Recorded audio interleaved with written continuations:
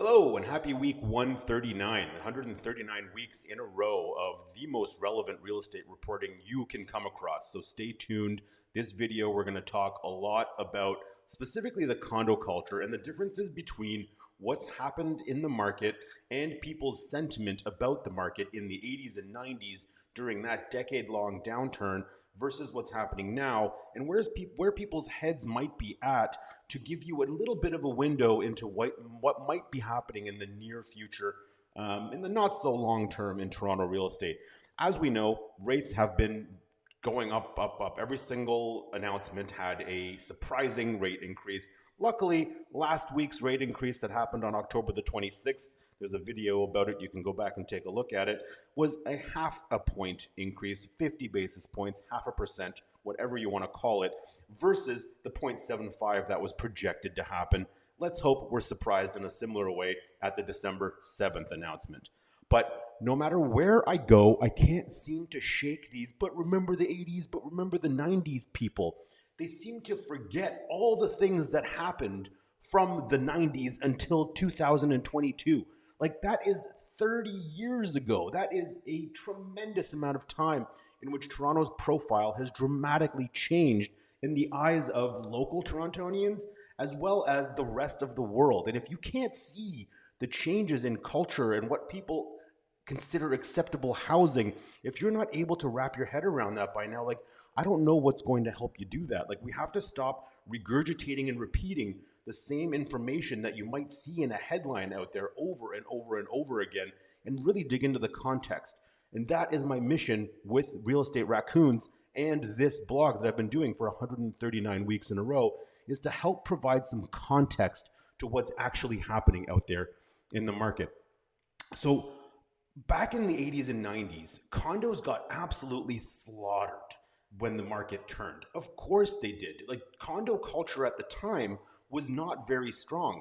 You had industry pioneers like the Brad Lambs of the world or the Harry Stinsons. I mean, we're not allowed to say his name in Toronto anymore, I guess, but whatever. He's in Hamilton now doing his thing. But like, people like Brad Lamb were literally hiring models to ride elevators up and down at like Harbor Square, those nice old condos right at the harbor front, right by the ferry docks there. He would be hiring models to ride the elevator up and down so you can kind of feel that glitz and glam of condo life. Like, these pioneers were building condo culture in Toronto where it didn't exist. If you lived in a condo, it was considered an inferior housing type.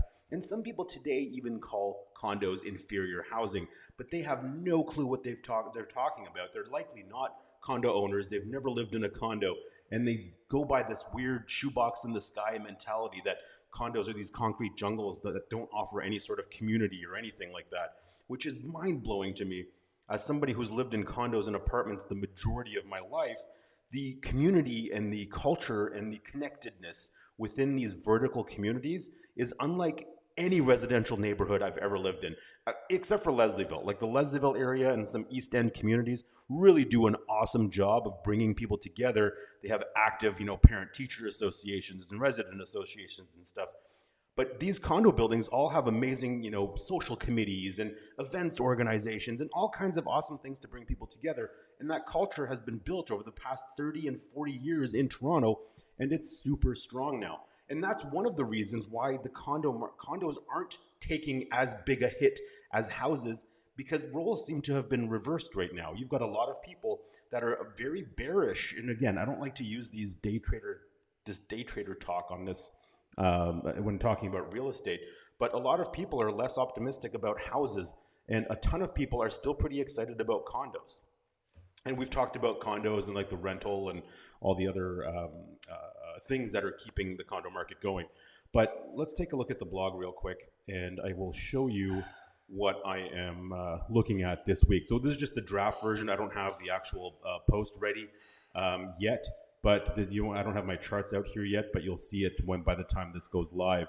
What really stands out to me big time right here is the fact that houses, they pulled back in supply by about, I have the percentage here in the blog somewhere. Where is it? It was down here perhaps.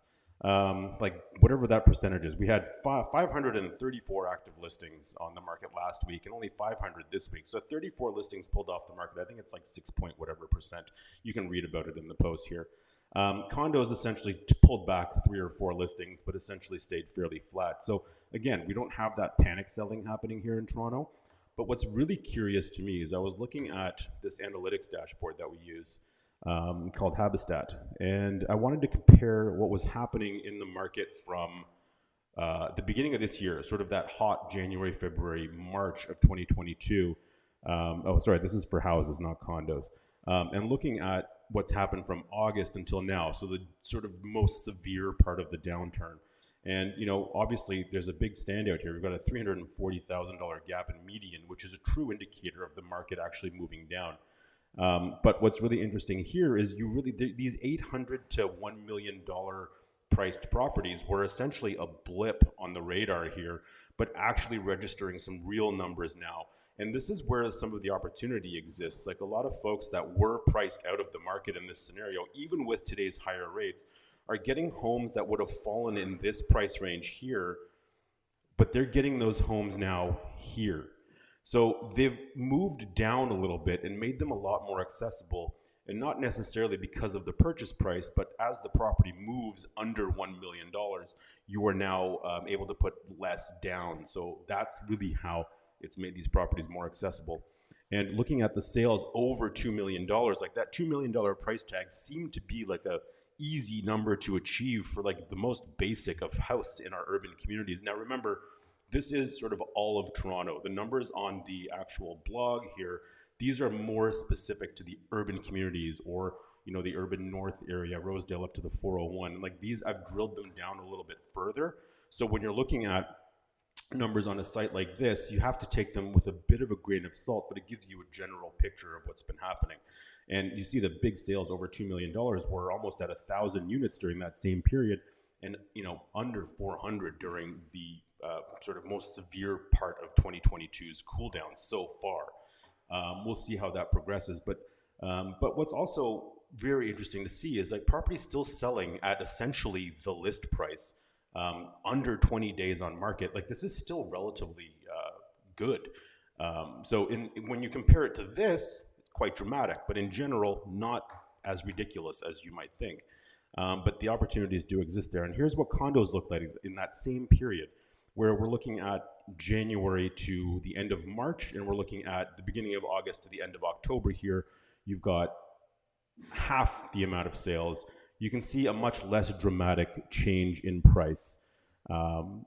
And overall, you can see the same pattern here with a lot of properties kind of notching down and registering numbers in areas that really weren't a thing during this time, because most $400,000 to $500,000 condos were being pushed up into that next price range. So anyway, this is a really interesting tool that I've been playing with. I'll be using it more in my videos going forward.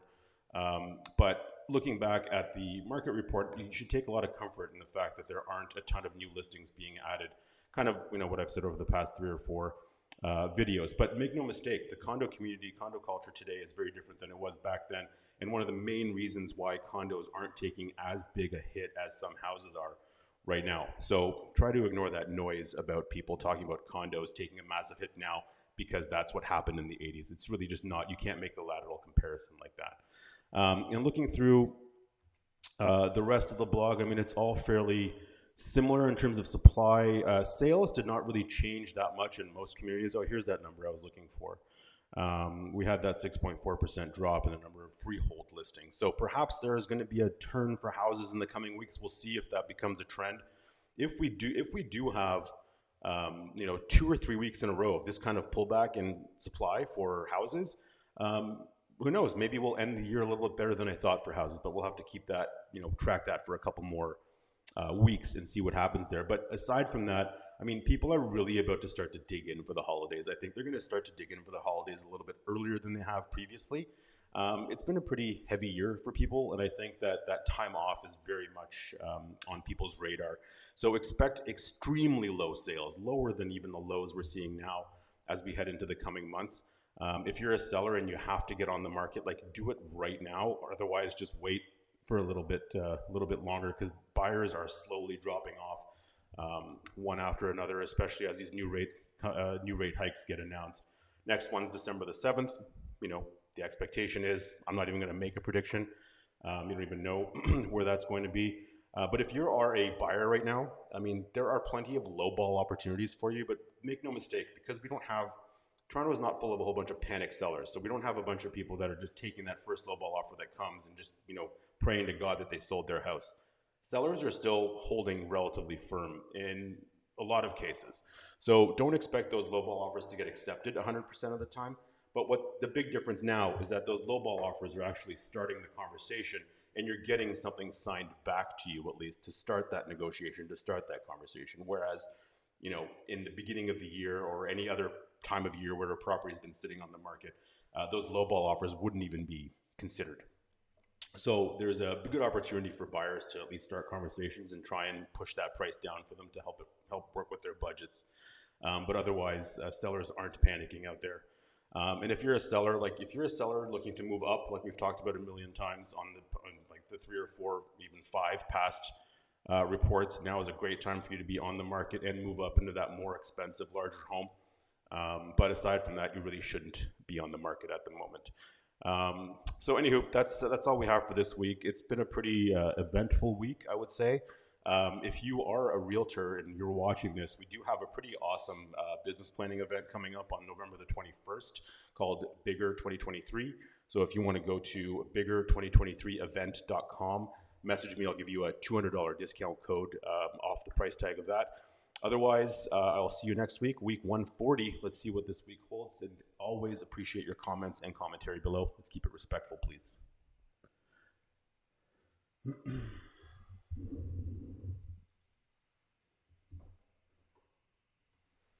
Yo.